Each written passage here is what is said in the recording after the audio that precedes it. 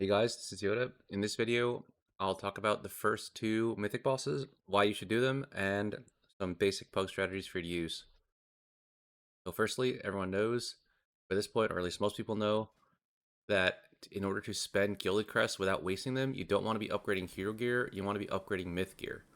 And Myth Gear is usually on a weekly lockout. Hero Gear is farmable, like from dungeons, you can spam them, but Myth Gear you can usually only get like once a week from every source. So that's like Tazafesh Hard Mode, Mythic Raid, your Vault, and Crafts. And a lot of people are completely excluding Mythic Raid, from their loot sources. In my opinion, the first two are extremely easy, probably easier than Heroic Dementius or Heroic Nexus King. And most people should be taking advantage of this when possible. If you guys remember season one, a lot of pugs were killing first two or like first four even later in the season. I think this season's raid is going to be a lot more like that, where the raid is extremely accessible to most people. And on top of that, most of the good loot drops from the first six, so you don't have to do the last two. And Blizzard does seem to be making the first six of bosses very, very easy compared to last season. So you won't have to like do Mythic Gallywix later or Mythic's Nexus King. Mythic's Fractalist, like a lot of guilds are killing this in like 5 pulls or something with, we're not fully geared right now. Later in the season, I do expect Mythic Pugs to probably be doing Mythic Fractalist like very easily. Anyway, we're going to start off with just the first two since we're still early in the season. Plexus Sentinel and Soulbinder. These first three drop really good loot. Lumathar, I think, is probably going to be a bit more challenging for pugs. But the great news is, once you kill Soulbinder, you unlock Lumathar loot in your vault. So I know a lot of classes have Astral Antenna as one of their best trinkets. You have two potential bosses that drop tier. Or I guess you're killing Soulbinder, so you get tier. You can drop this, and then, any tier slot can drop in your vault. You also This boss also features the Bis caster weapon for most casters, the Void Glass Spire, because you can wear this on Mythic and then like a heroic version of the trinket or even a normal or LFG one, and it's really OP. A lot of classes also have weapons, like Lumathar has a dagger, bow, shield, the one-handed sword, two-handed staff, or brew, int weapon, etc. So there's a lot of weapons off the first three. I think the only class that's missing is two-handed strength. But yeah, so there's a lot of good reasons to start doing Mythic Raid early in the season. I think this week I'm clearing it on all 5 characters in like pugs of varying levels, so it is definitely very puggable. So now I'm going to show footage of the first two. It is. Okay, so this is one of my guild's alt runs. I'm on my warrior. This does take took us maybe I think like 5 pulls or something of progress to do this, which is definitely very worth it for most pugs. I am on my warrior here. Think it's very similar to heroic. I'll just show you guys what our guild does. I'm literally opening the talent page mid boss. Okay, so these puddles we drop on the left side, and the tank buster we go to the back right. Is how we've been playing it. I'm sure you could do the opposite or whatever your strategy is, but this is just how we've been doing it. These puddles on the left, tank buster to the back right, and then this wall you have to phase through with your extra action button here. Don't run into these puddles or you'll get stunned. Also, if you notice, the wall clears everything when it passes through. So Manifest Matrices is the puddles, you just spread out on this side. Then this is the soak, which is one of the easier ways to die in phase 1. So basically, he's going to shoot 2 of these, and you need to soak both. There is no debuff that prevents you from double soaking, it's just that it knocks you. So certain classes can very easily double soak, such as DK, they just push Just Advance, they're very tanky, they don't get knocked, and they can soak both. Havoc can just glide and then land back. A lot of tanks have like movement skills they can use to get back, etc. Not going to go over all of them, but basically, if you can double soak, do it, because the more people in here, the safer it's going to be. Normally, a mythic mechanic would say like, oh, you have to do 10 and 10, but this one is very easy. It only knocks you. If you can counter the knockback, you make it extremely easy for your group. So this is a tank thing. I'm gonna leap to the back right corner wall and then just charge back. Except that we're starting intermission. Instead of charging back, I'm intervening an ally. So the difference here between Mythic and Heroic is that there's these volatile manifestations. If the wall hits these manifestations, it's a wipe, so you have to kill these early. Here, I'm just going to hit them a couple times. For most melee, this is honestly fine. You just have to hit them a couple times and then leave, and then the range will kind of finish them off. The reason is melee need to walk a bit further because the range can basically be hitting that ad the whole time while they walk. melee can only like hit it and then like go to the boss, right? So if you're a melee, I think it's okay usually to just like hit them a couple times and leave. Some melees will want to stay, you know, whatever, depending on the group. This intermission is where you tend to lose the most people.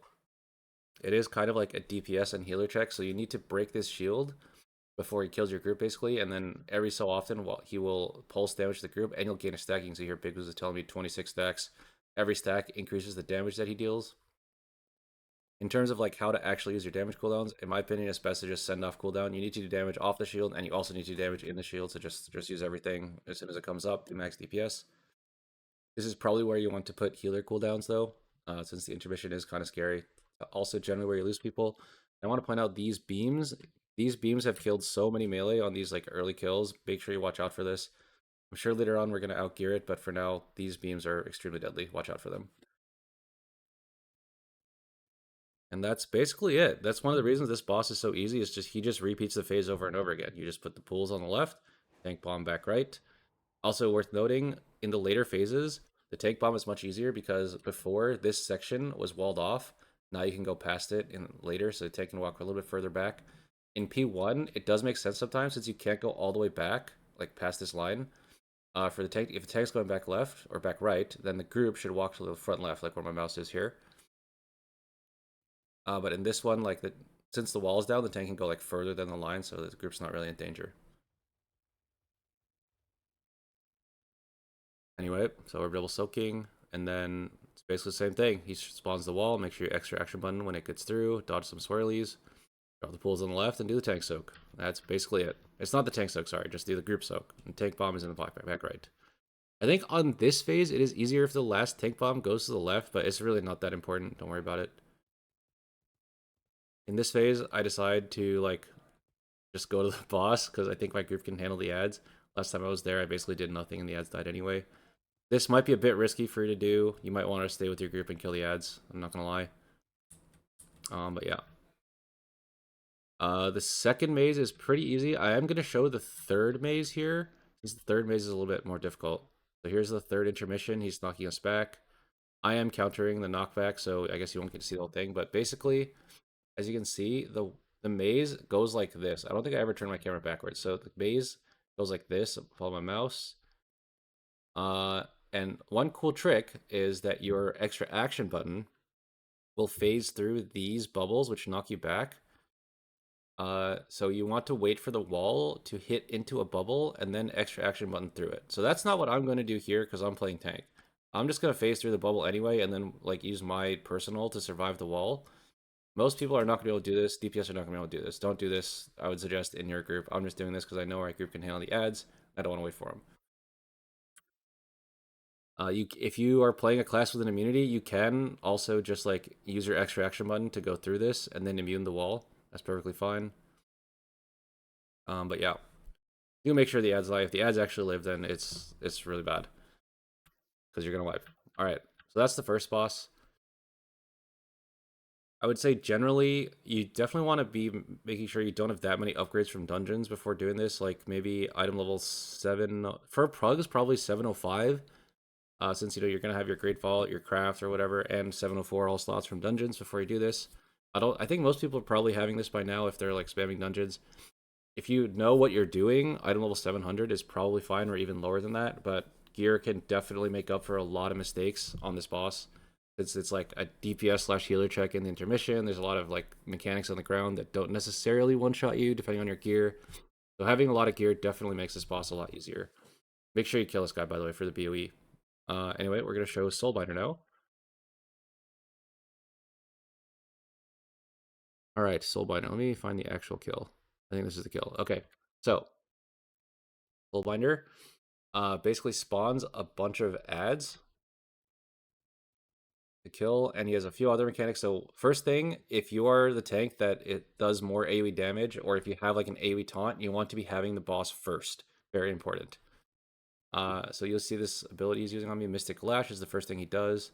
Applies 6 stacks. Every stack is 30% more physical damage taken.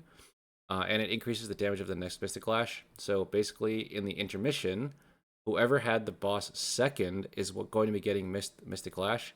Intermission is when all the ads spawn that do damage to you.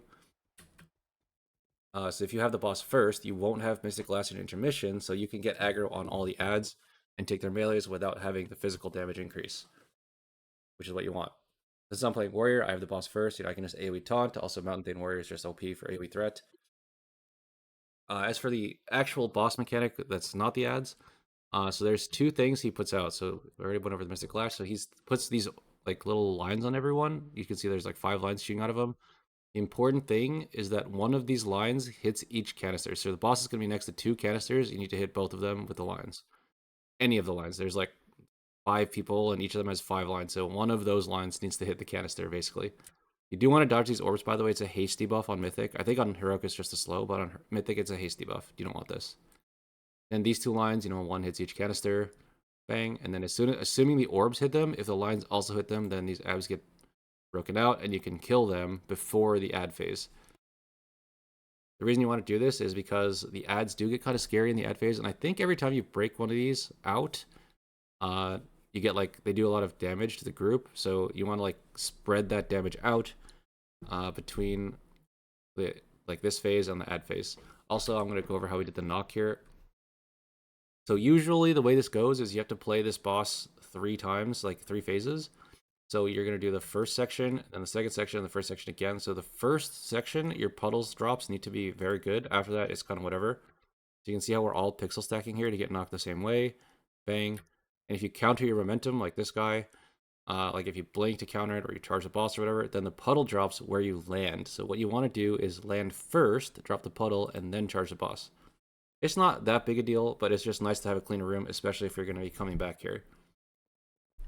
That's one of the reasons this boss is so easy about it. There's a lot of mechanics that are like, yeah, you can do it to make the boss easier, but if you don't do it, it's not a wipe. Anyway, here we go. There's all the orbs. One needs to hit each canister, and then the lines hit the canister, and then you can kill the ads while they're just AFK. 3 targets. Then our second knock is going to be towards the platform. You can see that our spread is absolutely horrific. These should be pixel stacked, but we're just spread out because no one cares because the boss is free. Third one, we usually play in the middle. Same thing. Hit the orbs on the canisters, dodge them, and then hit the beams on the canisters. And then the ads are going to spawn. So this is called, I forget what it's actually called, but on Bigwigs it just says remaining ads. When they spawn, these actually do a lot of damage to the tank. When you have this Mystic Lash debuff, be very careful. They are going to hurt. They also do a lot of damage to the group. I think this ability, Void Burst, does a lot of damage to the group. And then the assassins have this jump. If you have this circle on you, make sure you get out. It does a lot of damage. You don't want to cleave the whole group with this. You can see that person kind of just hit a lot of people, but it's whatever. Yeah, make sure you get out with the circles. Make sure the tanks have aggro on everything. Make sure the correct tank has aggro on everything. I actually don't have aggro on a lot of these, which is kind of crazy in my opinion. I probably should AoE taunt here, to be honest. But the other guy's a pure master, so he's chilling. Anyway, this is the knockback, so we get knocked to the other side. So remember, we started this way. This is the one we're going to get knocked this way.